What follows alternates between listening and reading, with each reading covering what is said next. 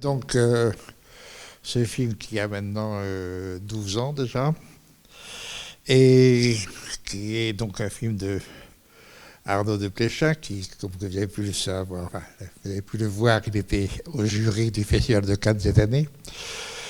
Et bon, c'est un film que je tenais à vous présenter parce que il est, je pense, dans sa composition, dans sa construction, aussi bien scénaristique que de mise en scène, le plus moderne que vous ayez eu cette année, en tous les cas, dans mon cycle. Je pense aussi que beaucoup d'entre vous ne l'aviez pas vu. Quels sont ceux qui, par hasard, l'aviez vu? Ah, oui, 3 personnes. Bon, c'est déjà pas mal. J'aimerais aussi avoir un peu peut-être l'opinion au départ des personnes qui le voient pour la première fois, mais aussi celles qui l'ont déjà vu. Car je pense que quelques-uns d'entre vous devaient être un peu surpris. Ce n'est pas un film que l'on voit tous les jours. Enfin, on n'est pas habitué à ce type de cinéma. Alors, je vous écoute. Bon. Là, je vous cueille un peu à froid, donc j'avoue que ce n'est pas facile. Pardon, deux secondes. Allez-y. Les relations familiales étaient pour le moins tendues. Les relations familiales étaient pour le moins tendues et... Oui, mais justement, c'est une histoire un peu exceptionnelle, apparemment. Certainement. Oui, mais pas certainement, justement. Ce qui est intéressant, c'est d'avoir... Enfin, premier point, De Pléchin est un des cinéastes du Nord. Actuellement, il y en a quand même quelques-uns qui sont de première qualité. Il y a De Pléchin, il y a Bru, il y a Dumont, il y a Xavier Beauvois et quelques autres. Et de Pléchin est quelqu'un qui a toujours... Enfin, jusqu'à ce film-là, depuis, il s'en est apparemment un peu libéré, mais qui a toujours donné à la famille une importance extrême. Et par rapport à lui-même aussi, par rapport à sa propre famille. Donc, cette histoire qu'il nous raconte ici est une histoire de famille qui doit forcément, et même j'en suis sûr, renvoyer à des émotions, disons, ou des sensations éprouvées dans sa propre famille. Seulement, vous faites un film, et vous faites un film d'aujourd'hui, c'est-à-dire vous êtes un cinéaste moderne, vous n'êtes plus un cinéaste classique. Un cinéaste classique, qu'est-ce qu'il fait? Ou qu'est-ce qu'il aurait fait? Il aurait fait ce que l'on a travaillé pendant très longtemps, et encore que quelques gens continuent à travailler, c'est-à-dire entre autres tous les faiseurs qui travaillent pour la télévision. Les faiseurs peuvent être aussi des gens très bien, la question n'est pas là, mais qui jouent sur l'action telle que la dramaturgie nous a habitués à la suivre. C'est-à-dire, en d'autres termes, qu'on assiste à une montée et toute chose produit un effet qui accentue l'intérêt à l'action qui est en train justement de se développer. Donc, en permanence, on reste dans une sorte de continuité qui fait que l'on quitte le passé, dans l'action, on quitte le passé pour aller vers un futur qui résout les problèmes. Voilà. Oui, justement, monsieur, peut-on considérer une des caractéristiques de la tragédie par le manque d'espoir, par le fait que les personnages centraux deviennent aussi mauvais qu'au départ. Par exemple, que les personnages centraux sont aussi mauvais qu'au départ. Par exemple, que les pièces de Molière, par exemple Harpagon, les autres, le personnage central est aussi mauvais qu'au départ. Et l'opposé de la tragédie avec espoir, désespoir, ou il y a une possibilité d'espoir. Oui, attendez, on ne va pas s'amuser à reprendre Molière parce que ça nous met un peu trop loin. Non. Ce que j'essaie de vous expliquer, c'est qu'il y a une évolution dans le cinéma, dans la littérature aussi, ô combien dans le théâtre aussi ô combien, mais cette évolution répond à quelque chose qui est une façon de vivre aujourd'hui, et de façon de penser, et de façon d'être dans la société. C'est-à-dire que, vous n'avez qu'à le constater dans votre propre vie, jadis, on bâtissait une vie, et on bâtissait une vie pour bâtir quelque chose, c'est-à-dire on bâtissait sur l'avenir et on bâtissait l'avenir. Nous sommes entrés dans une société, et nos dramaturgies d'aujourd'hui en sont le reflet, où on n'a plus de conscience de l'avenir, on n'a plus de futur, on n'est que dans du présent. Si on est dans le présent, c'est ce que fait le film, vous n'avez plus de continuité, vous n'avez plus que des instants qui se succèdent. Donc à ce moment-là, vous n'avez plus une scène dramatique ou non. Là, vous avez d'un seul coup un personnage on s'aperçoit qu'il a des histoires qui lui arrivent comme ça, mais et c'est beaucoup plus d'ailleurs constamment, enfin dans le film, c'est constamment travaillé sur du passé qui ressurgit. Ça commence même sur ça. Ça commence sur un petit enfant qui est mort et qui va débloquer la chose. En plus, l'idée de la mort est dominante dans le film. C'est-à-dire, en d'autres termes, on vit, mais constamment la mort est là. C'est-à-dire, en d'autres termes, on n'est pas dans le futur, on n'est que dans du présent, et un présent très marqué par du passé. Et donc, c'est de cela qu'on va nourrir l'action dramatique. Non seulement on nourrit l'action dramatique, mais pour bien la nourrir, à ce moment-là, il faut la nourrir par l'écriture. En d'autres termes, vous n'avez pas un plan dans le film qui produit le plan suivant.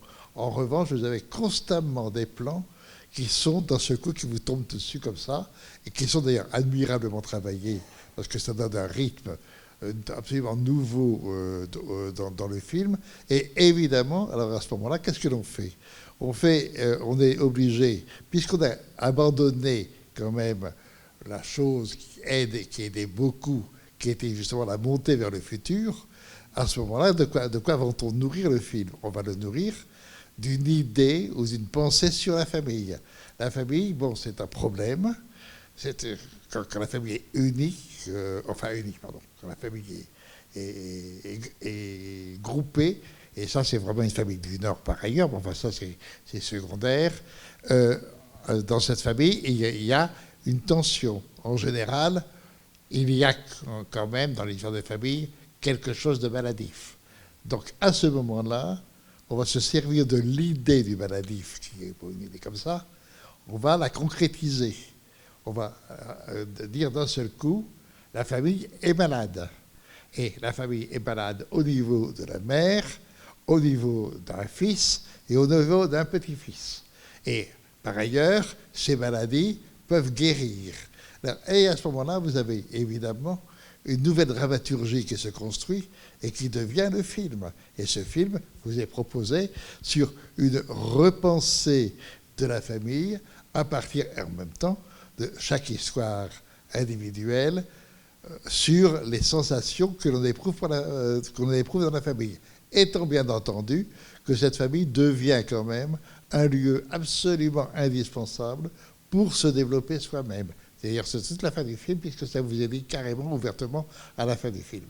Donc, la force d'un film comme celui-là, c'est d'abord évidemment d'avoir un cinéaste très doué, qui ose carrément travailler l'écriture moderne et en même temps une pensée sur un monde représenté par ce qui est la base de ce monde, c'est-à-dire la famille, et une famille qui est en position de difficulté interne et qui cherche quand même à travers je dirais justement, disons, ces maladies ou ces faiblesses, à se maintenir, non pas, et ce n'est pas une famille, comme l'aurait fait la vision classique, ce n'est pas une famille forte, c'est une famille fragilisée. Et c'est de cela dont il est question pendant tout le film, et d'une société, par la même occasion, fragilisée. Donc, C'est un regard sur le monde à partir de l'exemple qui sert justement de base, qui est celle de la famille, mais étant entendu que c'est bien sur notre époque que le film travaille et que le film se développe. Alors, moi, je trouve le film absolument passionnant parce que, je répète, vous attendez jamais, vous attendez absolument à rien de ce qui va se passer. Ça arrive, par exemple, chaque personnage d'un seul coup développe quelque chose d'autre, révèle quelque chose d'autre, et à la fin du film, bon, il n'y a pas de solution.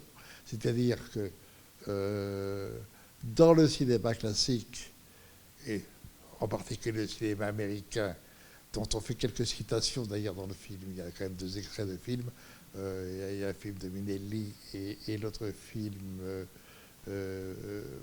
avec... comment? Lequel? Non, les 10 commandements, ça c'est celui de film 2000. L'autre avec c'est Audrey Hepburn, je pense. Hein? Comment c'est quoi? Felices. J'arrivais plus à retenir le nom. Enfin, le titre. Oui, alors, dans le cinéma classique, et en particulier le cinéma américain, tout est construit pour aller happy end. Ici, vous n'avez pas de happy end. Si, bon, on peut dire que la famille, au fond, ne sait pas à quel point elle est unie dans sa désunion. Mais ce n'est pas un happy end. C'est une fin qui arrive et une autre fin aurait pu être. C'est pas, alors que dans la construction classique, vous n'avez qu'une fin possible. Tout le génie du cinéma classique, c'est d'aller nécessairement vers le mot fin. Je ne sais pas si vous avez remarqué, le cinéma a arrêté de finir les films par the end, fin, coe, etc., enfin, filmé, à partir des années 60. Maintenant, les films se terminent par le générique. Donc, le film ne se termine pas, en fait. Et de ce point de vue, de Pléchin, évidemment, obéit à cette règle, à cette nouvelle règle, je dirais plutôt à cette nouvelle loi. Mais ce qui est très intéressant chez lui, c'est qu'il va beaucoup plus loin dans la modernité que la plupart des cinéastes dits modernes d'aujourd'hui. Et c'est intéressant de voir que ça évolue de décennie en décennie. Dans mon cursus de cette année, je vous ai présenté des films de plusieurs décennies, mais c'est vrai que, par exemple, là, je vous ai présenté à Michael Mann, je vous ai présenté à Ferrara, bon, je pense des cinémas, mais leur modernité, c'est 1980, 1990. Là, on a une modernité qui est de l'an 2000. C'est déjà un nouveau style qui est en train de se mettre en route. Je pense que ça va encore évoluer. Et c'est intéressant de voir, exactement comme en peinture, comme en musique, comme en littérature, qu'il y a une évolution par les époques. Et nécessairement, cette évolution fait une progression dans l'art même qui est traité par les artistes. Et ici, c'est très, très intéressant, en particulier, évidemment, de connoter que tous ces personnages sont liés eux-mêmes à des arts. Comment s'appelle, Henri, enfin, joué par Amalric, et travaillé par le théâtre. Et il y a un qui est travaillé par la peinture, un autre qui est travaillé par la musique, etc.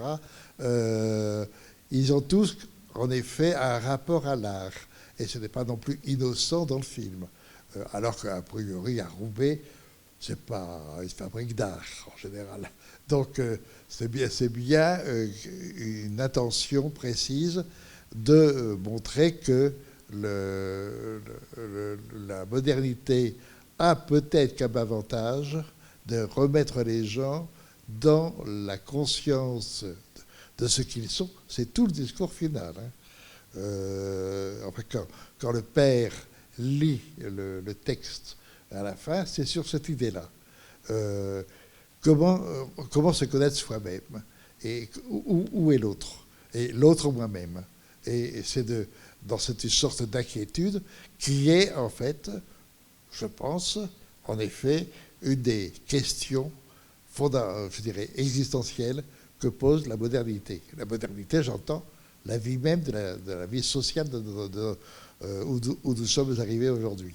Moi, j'adore le film pour de multiples raisons, mais dont au moins une, c'est qu'il est un vrai reflet de ce qui est aujourd'hui, et non pas une sorte de supposition ou un point de vue sur la modernité. C'est quelque chose de l'intérieur, au niveau du ressenti, et de ce point de vue, le film est absolument admirable, me semble-t-il.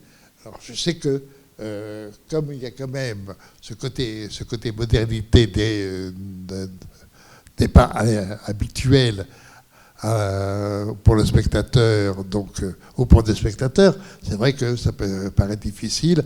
C'est vrai que des spectateurs peuvent dire mais qu'est-ce qu'on s'ennuie, qu'est-ce qui se passe, je m'en fiche. C'est vrai. Ça, c'est le risque des œuvres très modernes. C'est vrai qu'on peut se dire à quoi ça sert.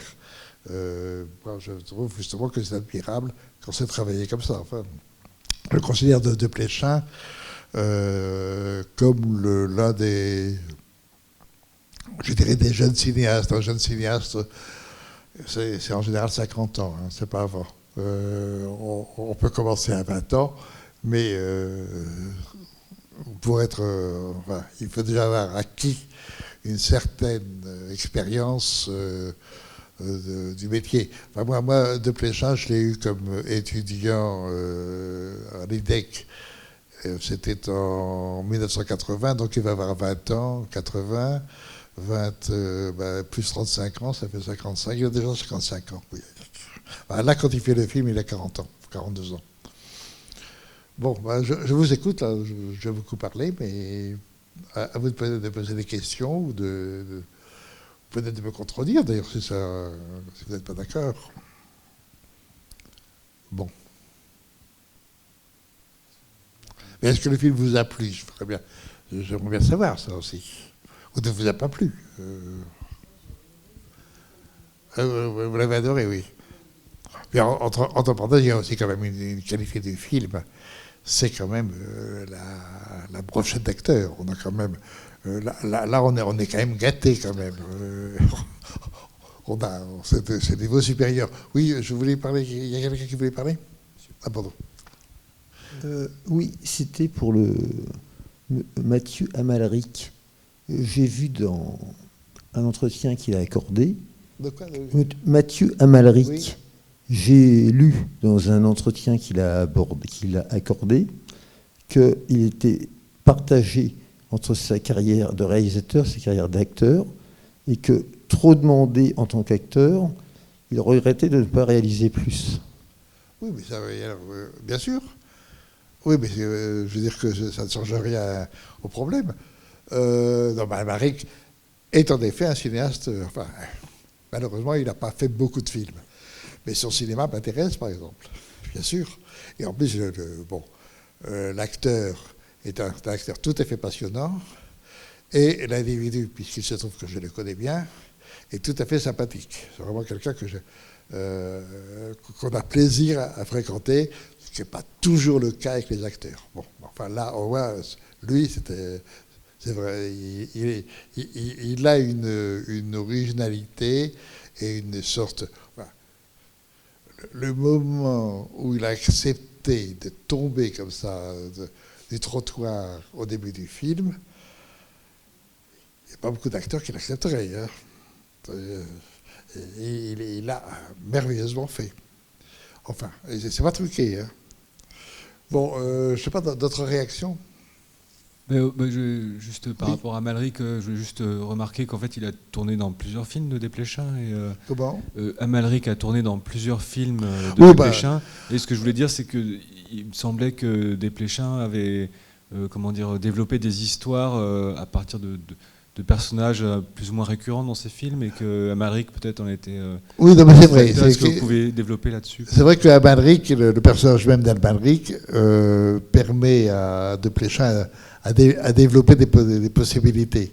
Ce personnage-là de Henri, qui est un personnage insupportable, disons asocial, mais qui a un petit problème et qui n'arrive absolument pas à résoudre ce problème.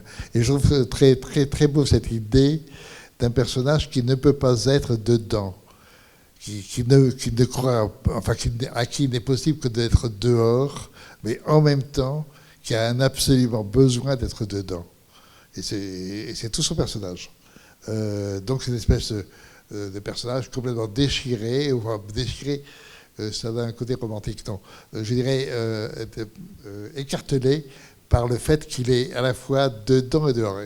Et c'est magnifique le rapport, justement, je déteste ma mère, donc je suis dehors, et donc je la déteste totalement parce que je suis sorti de elle, et je ne veux plus, et en même temps, je veux rentrer dans ma mère.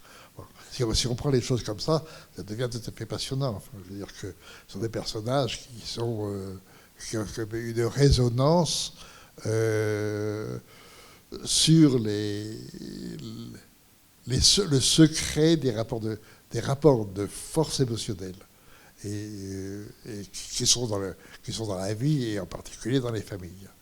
Le rapport, démarrer le film comme il démarre, avec ce moment où ce procès, où d'un seul coup le fils a failli mettre en faillite le père accepte de payer pour le fils, sachant qu'il peut être en ruine.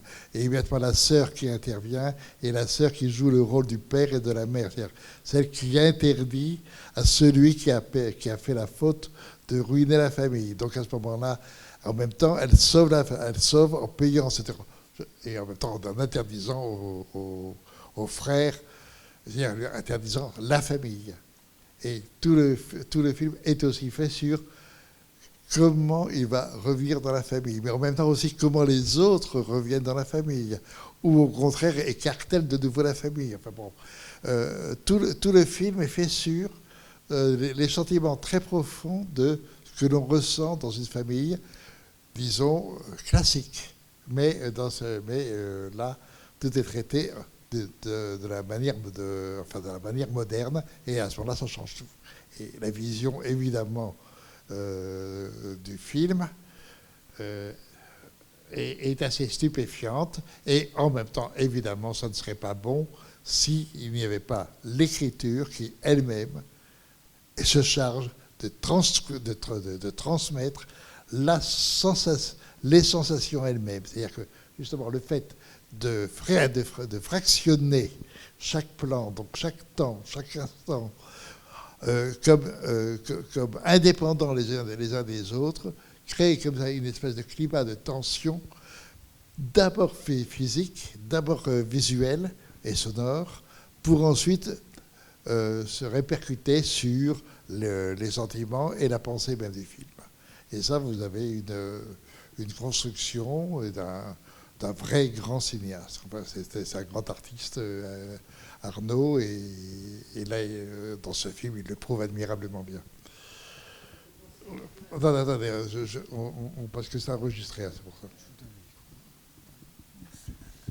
Oui, ça fait penser un peu à un puzzle À un puzzle. Ah oui, bien sûr. Et D'ailleurs, c'est fait sur le jeu. N'oubliez pas que, en fait, on joue. Et dans une famille, on joue. Oui, il y a des rapports de pouvoir. On joue un rôle dans les familles. On joue un rôle et il y a des rapports de pouvoir. Et on peut penser à Georges Perec, à la vie mode d'emploi. On a l'impression que... C'est ça, oui, c'est le côté mode d'emploi. C'est très net avec l'histoire qui est jouée par la fille de Deneuve, c'est-à-dire Mastroianni. Et on voit très bien qu'elle aurait pu aimer un autre. Oui. Et voilà. Donc c'est les circonstances, et en plus ça s'est fait en dehors. Là aussi, sur les complots de famille, je trouve que le film insinue les choses admirablement bien. On a la tradition, on pourrait prédire, shakespearienne du complot de famille, mais là, réduit en petits morceaux qui ont l'air de ne pas être des complots, et pourtant les complots sont là. Il y a plein de complots dans le film, d'ailleurs. Oui. Et alors, je suis arrivée en retard parce que je m'étais trompée Comment d'heure. Je suis arrivée en retard parce que je m'étais trompée d'heure, donc j'ai un peu raté le début du film, même si j'ai vu pour la deuxième fois, je ne me souvenais plus exactement du début du film. Mais alors, je voudrais vous poser la question suivante. Est-ce que donc la sœur qui devient toute puissante, est-ce qu'elle est née avant ou Après. Elle est née après. Donc c'est pas parce qu'on pourrait imaginer. Oui, alors est-ce que c'est possible qu'elle ait donné, elle, sa moelle pour le petit qui C'est-à-dire que... meurt. Je ne sais pas si vous êtes arrivé en retard, c'est ça? Oui, donc je ne sais pas si... Oui, alors, vous n'avez pas revu peut-être la scène au début où elle voit un psychiatre et où elle cherche le mort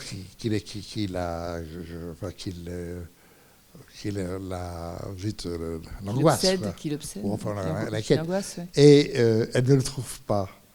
Alors qu'en réalité, et on lui dit que c'est votre frère aîné, et en même temps, c'est vrai que c'est le frère aîné, mais ce n'est pas le frère aîné. C'est le fait qu'il soit mort et les répercussions sur elle de cette mort dont elle n'est absolument pas responsable, puisqu'elle est née après, etc. Et ça, c'est vrai. Enfin, bon, là, j'ai un souvenir personnel. Mais il se trouve que j'ai eu un frère aîné, qui est mort à 2 ans, donc je n'ai pas connu, ni ma sœur, ni mon frère, ni moi n'avons connu. Il n'empêche que ça a resté, à commencer par exemple aussi simplement sur les parents qui avaient peur sur la santé, etc. Il fallait faire attention parce que l'idée de la mort était quand même présente.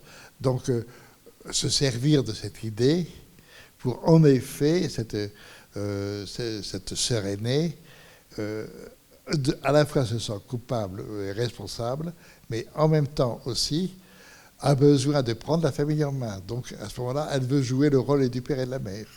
Et en même temps, justement, l'interdit de la famille. Toi, tu n'as pas le droit d'être dans la famille, tu sors de la famille, tu n'as pas le droit d'entrer, etc. Et c'est un personnage qui n'arrive pas à trouver sa place et qui a donc à ce moment-là elle-même un fils qui est malade de sa maladie. Ah non, moi, je trouve le scénario admirablement construit. C'est évident que ce n'est pas ouvertement dit, mais c'est construit sur ces idées-là. C'est-à-dire sur des idées abstraites qui sont reconcrétisées alors en se servant en particulier de la maladie et leur physique, c'est-à-dire le cancer, etc. Et les dons d'organes et tout le reste. C'est-à-dire que le don d'organes, c'est vrai que ça touche directement à la notion de famille. C'est-à-dire que si quelqu'un qui reçoit un organe de quelqu'un d'inconnu se sent quand même d'un seul coup relié à cet inconnu. Il y a nécessairement une sorte de retour à la naissance. Alors, c'est pour ça que le film aussi est très passionnant, puisqu'il est obligé de parler de la mort pour parler de la vie, regarder la vie, mais aussi de naître. Car il faut naître, et la plupart des personnages sont encore ne sont pas encore nés réellement par rapport à eux-mêmes. Même la mère. Il n'y a que le père à peu près qui est à peu près né. Et c'est pas pour rien qu'il est le plus vieux, quoi. Oui, ce qui est intéressant dans ce film aussi, c'est la construction que chacun fait de soi avec soi-même, et la construction et la reconstruction de soi-même avec le renvoi des autres. Je trouve que dans ce film, on voit ça à tout moment. En fait, il se découvre à travers les frères et sœurs, père, mère. Enfin, ils se découvrent, oui, ils se redécouvrent peut-être. Mais on a l'impression qu'ils reconstruisent une histoire ou ils la déconstruisent en permanence. Absolument. Absolument.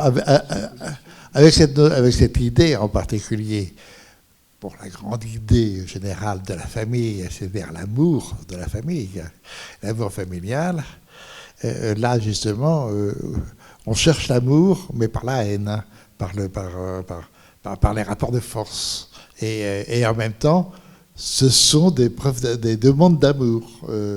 Et de ce point de vue, le personnage d'Amalric est celui qui est le plus en quête d'amour.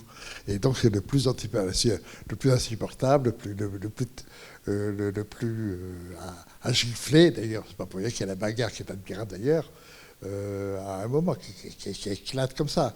Il y a vraiment le personnage qui moi me touche beaucoup dans le film, c'est le personnage de Paul, le cousin, l'adolescent. Ah oui, l'adolescent, oui. Qui est très intéressant dans le film, qui a l'air de flotter, qui voudrait savoir où il est. En même temps, il voudrait faire quelque chose. Et en effet, bon, en même temps, l'idée de sauver la mère, la grand-mère, etc. Bon, je trouve que c'est un scénario absolument génial. Mais il n'est pas facile pour un spectateur de bien comprendre comment et pourquoi il est, comment d'une part, et surtout pourquoi il est construit comme ça. Alors que ça renvoie à des choses profondes sur une famille, une réflexion sur la famille et sur les rapports importants que l'on entretient dans une famille. Oui, d'ailleurs, il y a un duo, un dialogue qui est magnifique entre la mère et Henri et Amalric sur la balançoire qui est savoureux. Que l'idée dans le film, du film, qu'il y a quand même le cousin qui est au fond, qui est là, mais qui n'est pas de la famille, et à la fin, quand même, il va rentrer dans la famille. Et je trouve magnifique cette idée qu'il couche avec elle, et que Paul qui passe devant pas Paul, le frère, enfin là. Le mari, enfin Yvan. Oui, Yvan. Moi, j'oublie toujours les noms. Alors. Passe dans la chambre, les aperçoit. Bonjour. Bon, après tout, c'était normal, quoi. C'était un trio à trois. Enfin, c'était un ménage à trois qui ne se connaissait pas encore, qui se révèle. Enfin, je trouve qu'il y a plein d'idées comme ça qui font de ce film un film très, très, très, à la fois personnel et très novateur. Enfin, je ne pense pas, pour ceux qui viennent de voir le film pour la première fois, que vous ayez vu un film comme ça, fait par quelqu'un d'autre. Oui, bien sûr, des familles comme ça, j'en ai rarement vu, quoi. Bon, est-ce que quelqu'un d'autre voudrait intervenir? Bon, on va peut-être alors, oui, pardon. Dernière question. Oui. Une toute dernière. Oui, donc une toute dernière. Et s'il n'y a pas, je pense qu'il est voulu qu'il y ait une relation entre l'inné, parce que tous les cancers ne sont pas innés. Il y a des cancers acquis. Là, c'est un cancer inné, génétique. Et d'autre part, quelque chose de naturel, quelque chose de culturel, tel que la famille. On choisit, bien sûr, on ne choisit pas sa famille, non, mais cependant, il y a une certaine ambivalence entre l'inné et l'acquis. Et c'est ce qui, cette ambivalence peut avoir une certaine importance. En tout cas, n'étant pas médecin, je pense, obligatoirement, c'est un cinéaste sérieux, et donc un scénariste, par la même occasion, étant entendu que Desplechin était à la fois scénariste de son histoire et metteur en scène de son histoire, bon, s'informe. Alors, je pense que médicalement, c'est quand même, c'est pas faux. Bon, je comprends rien. Alors là, ne me demandez pas des questions comme ça. J'accepte ce qu'on me propose en disant, bon, c'est que ça doit être comme ça.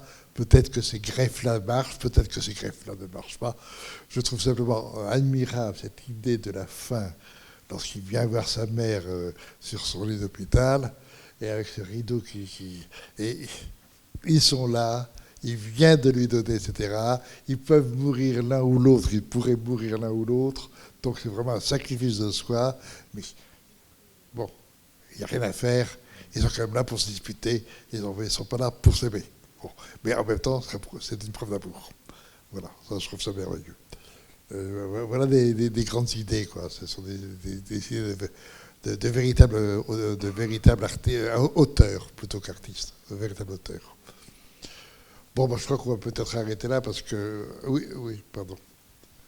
À moins que quelqu'un veuille parler, hein, moi En tout cas, je suis absolument ravi, personnellement, de vous avoir présenté ce film. Je crois qu'on avait commencé par le film de Ferrara, non? Oui, tout à fait. Oui. Moi, on avait bien calculé, quoi.